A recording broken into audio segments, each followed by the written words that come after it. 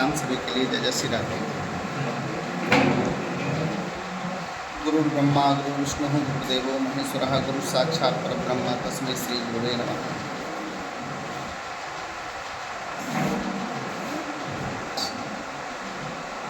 महेंद्रगढ़ के पावन धरा पर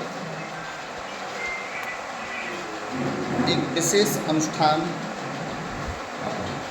की सूचना के हेतु आप सबका यहाँ पदार्पण हृदय से आप सभी पत्रकार बंधुओं का, प्रिंट मीडिया, इलेक्ट्रॉनिक मीडिया जो भी बंधु पधारे हैं, स्वागत अभिनंदन।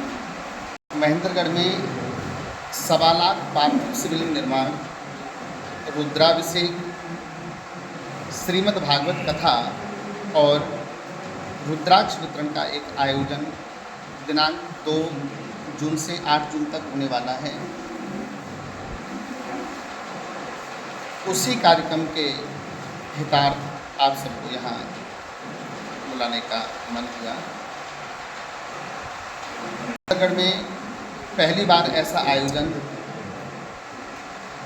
यद्यपि धर्मनगरी जहाँ तक हमने सुना था बहुत धार्मिक आयोजन यहाँ हमने सुने।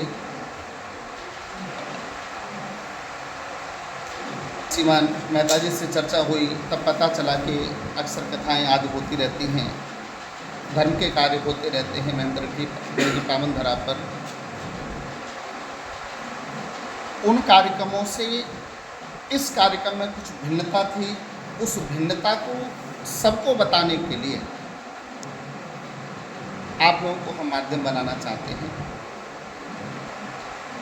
श्रीमद् भागवत कथा, राम कथा के आयोजन प्राय हर शहर हर गांव में चल रहे हैं, लेकिन हमारी एक संस्था भागवत धर्म सेवा परिवार जो सदस्यों में विश्वास न रख करके हर एक बंधु को परिवार की तरह जोड़ने का कार्य करती है, भागवत धर्म सेवा परिवार के माध्यम से हमने महेंद्रगढ़ में एक दिव्य आयोजन करने का मन बनाया और उस आयोजन में विशेष रूप से भागवत कथा के साथ में 1.25 लाख पार्थिव शिवलिंग निर्माण का आयोजन रखा। एक ही स्थान पर हम सबके द्वारा 1.25 लाख पार्थिव शिवलिंग का निर्माण होगा। अर्चन पूजन वंदन प्रतिष्ठापन के साथ रुद्राभिषेक का कार्यक्रम, उन सभी शिवलिंग पर रुद्राभिषेक होगा। 7 दिन का ये आयोजन, 7 दिन भिन्न भिन्न प्रकार से अभिषेक होंगे। एक दिन जल से अभिषेक होगा, एक दिन गंगा जल से अभिषेक होगा, किसी दिन दूध से अभिषेक होगा, किसी दिन शहद से अभिषेक होगा, किसी दिन घृत से अभिषेक होगा, किसी दिन रोग निवृत्ति के लिए अगर कहें तो कुशोदक जो डाब होती है, डाब मिश्रित जल से अभिषेक होगा। धन प्राप्ति की इच्छा रखने वालों के लिए गन्ने के रस से अभिषेक होगा। अलग अलग भिन्न भिन्न अभिषेक होंगे। इस 7 दिवसीय आयोजन में जो विशेष लाभ महेंद्रगढ़ एवं क्षेत्रवासियों को प्राप्त होने वाला है वो लाभ होगा 1 मुखी से लेकर के 14 मुखी तक रुद्राक्ष वितरण। एक बार हम पुनः आप लोगों को बता दें, 1 मुखी से 14 मुखी तक रुद्राक्ष वितरण। और ये सारे के सारे रुद्राक्ष नेपाल के रुद्राक्ष होंगे। इंडोनेशिया और नेपाल 2 जगह रुद्राक्ष की खेती होती हैं, 2 जगह उत्पन्न होते हैं रुद्राक्ष, और दोनों जगहों में सबसे ज़्यादा प्रभावशाली जो रुद्राक्ष होता है वो नेपाल का रुद्राक्ष बताया गया है। तो वही नेपाल के रुद्राक्ष 1 मुखी से 14 मुखी तक रुद्राक्ष यहाँ वितरित किए जाएंगे, जो कलश यात्रा में माताएं बहनें भाई बंधु सम्मिलित होंगे विशेष रूप से उनके लिए। और विशेष बात, उन रुद्राक्षों का कोई शुल्क भागवत धर्म सेवा परिवार या यहाँ आयोजन कमेटी किसी से नहीं लेगी, बिल्कुल निःशुल्क सेवा भाव से वो रुद्राक्ष प्रदान की जाए। उसके साथ में श्रीमद् भागवत कथा का आख्यान होगा। ये 7 दिवसीय आयोजन का सूक्ष्म मैंने वर्णन आप लोगों के सामने किया है। ये आयोजन भागवत धर्म सेवा परिवार करेंगे। और विशेष रूप से एक चीज़ और हम शायद विस्मरण हो रहा था हमसे, धन्यवाद मरेठा जी ने अभी स्मरण दिलाया। हर कथा में आप लोगों ने दर्शन किया होगा कि कलश यात्रा निकलती है। हमने विगत 5 वर्ष पूर्व मंथन किया, विचार किया, कहीं कथा चल रही थी और 7 दिन के बाद कलश वितरित किए जा रहे थे, तो कलश के ऊपर से जब नारियल उठाया तो उसमें नारियल में थोड़ी बदबू आने लगी नीचे जल के प्रभाव से। चूँकि श्रद्धा जुड़ी है तो लोग कुछ बोल नहीं पाते, लेकिन विदित हैं उस जल को कोई पीना भी नहीं चाहेगा, तो वो जल सारा फेंका गया। गर्मी का समय था, तो मंथन किया कि हमारी ये 7 दिन की तपस्या और उस तपस्या से संजोया हुआ यह जल और कहीं घृणा का पात्र बनता जा रहा है। तो मंथन किया क्या किया जाए, तो वहाँ फिर हमने कलश यात्रा की जगह एक नया नियम निकाला कि हम एक ऐसा नियम निकालेंगे जिसके द्वारा हर एक घर में एक कथा करोड़ों पुण्यों को देने वाली बनेगी। और ऐसा मन बना करके कलश यात्रा की जगह तुलसी यात्रा का उसी दिन से संकल्प लिया। एक संकल्प भागवत धर्म सेवा परिवार का, घर घर तुलसी हर घर तुलसी, ऐसा संकल्प लिया।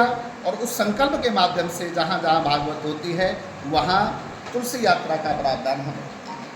तो वो यात्रा यहाँ महेंद्रगढ़ की पावनधरा पर भी हमने चेयरमैन साहब से कहा, मैंने कि भाई बोले कलश यात्रा कैसे करेंगे, मैंने कलश यात्रा नहीं, हमारा मन है तुलसी यात्रा। श्रीमान मुकेश मेहता जी से चर्चा हुई, बोले तुलसी यात्रा कैसे निकलेगी, मैंने कहा जी सबको तुलसी देंगे, कलश केवल एक रखेंगे, जो मुख्य यजमान होंगे उनको कलश धारण कराएंगे और समस्त जन जो भी माताएं बहनें निकले कलश यात्रा में सम्मिलित होंगी तुलसी देंगे। 7 दिन तक तुलसी यात्रा के बाद यहाँ तुलसी स्थापित होंगी। 7 दिन नित्य प्रति वो माताएं बहनें यहाँ आएंगी, आकर के अपने श्री हाथों से उसमें जल दे करके 7 दिन भागवत स्थल पर सेवा करेंगी उस तुलसी की, और बाद में वही तुलसी प्रसाद स्वरूप उनको प्रदान कर दी जाएंगी अपने संस्था के द्वारा, ये जो आयोजन कमेटी है इनके द्वारा। सर ये कब होगा ये कार्यक्रम और कहाँ होगा? ये आयोजन 2 जून से प्रारंभ होगा और 8 जून तक चलने वाला है। श्री साईं बचपन स्कूल के प्रांगण में यहाँ महेंद्रगढ़ के नगर परिषद के चेयरमैन श्रीमान रमेश सैनी जी, इनका आधिपत्य में ये प्रांगण स्कूल चलता है। यहीं इसी स्थान को ठाकुर जी ने चुना है। एक सच प्रेरणा, हम तो परिचित भी नहीं थे, लेकिन एक नाम मेरे सामने आया तो मैंने मुकेश मेहता जी से चर्चा की कैसे ऐसे एक नाम है, तो उन्होंने बताया, तो ठाकुर की कोई प्रेरणा। और सबसे बड़ी प्रसन्नता तब हुई जब मैंने प्रस्ताव रखा तो चेयरमैन साहब के मुख से निकला, बोले संकल्प तो 2 साल से चल रहा है लेकिन पता नहीं क्यों मैं करवा नहीं पा रहा था। तो ये एक संयोग बन गया, मन हुआ और जहाँ पहुँचे वहाँ पहले से ही ठाकुर जी ने सत्प्रेरणा हृदय में जगह रखी थी। तो ये स्थान श्री साईं बचपन प्ले स्कूल का जो प्रांगण है ये रखा गया। टाइमिंग क्या रही? टाइमिंग इसमें प्रातः 8 बजे से रुद्राभिषेक प्रारंभ होगा।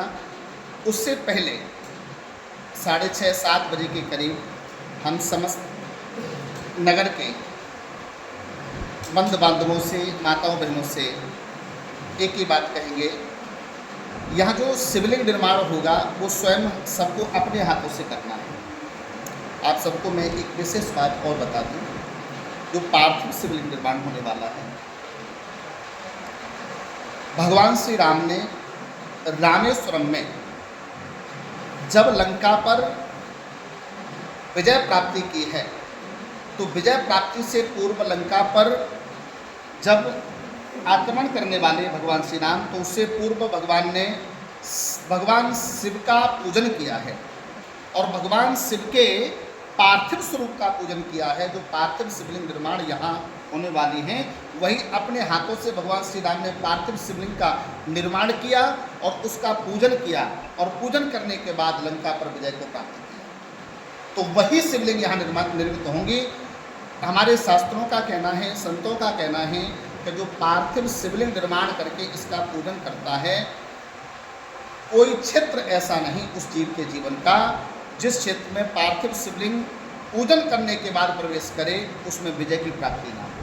अर्थात हर एक क्षेत्र में, हर एक कार्य में विजय की प्राप्ति होती है। तो वही शिवलिंग का निर्माण 7 से लेकर के 8 बजे तक शिवलिंग निर्माण सभी लोग करेंगे स्वयं अपने हाथों से, और 8 बजे से विद्वत आचार्यों के द्वारा काशी सीधा वृंदावन के विद्वत आचार्य यहाँ आएंगे, उनके द्वारा रुद्राभिषेक प्रारंभ होगा।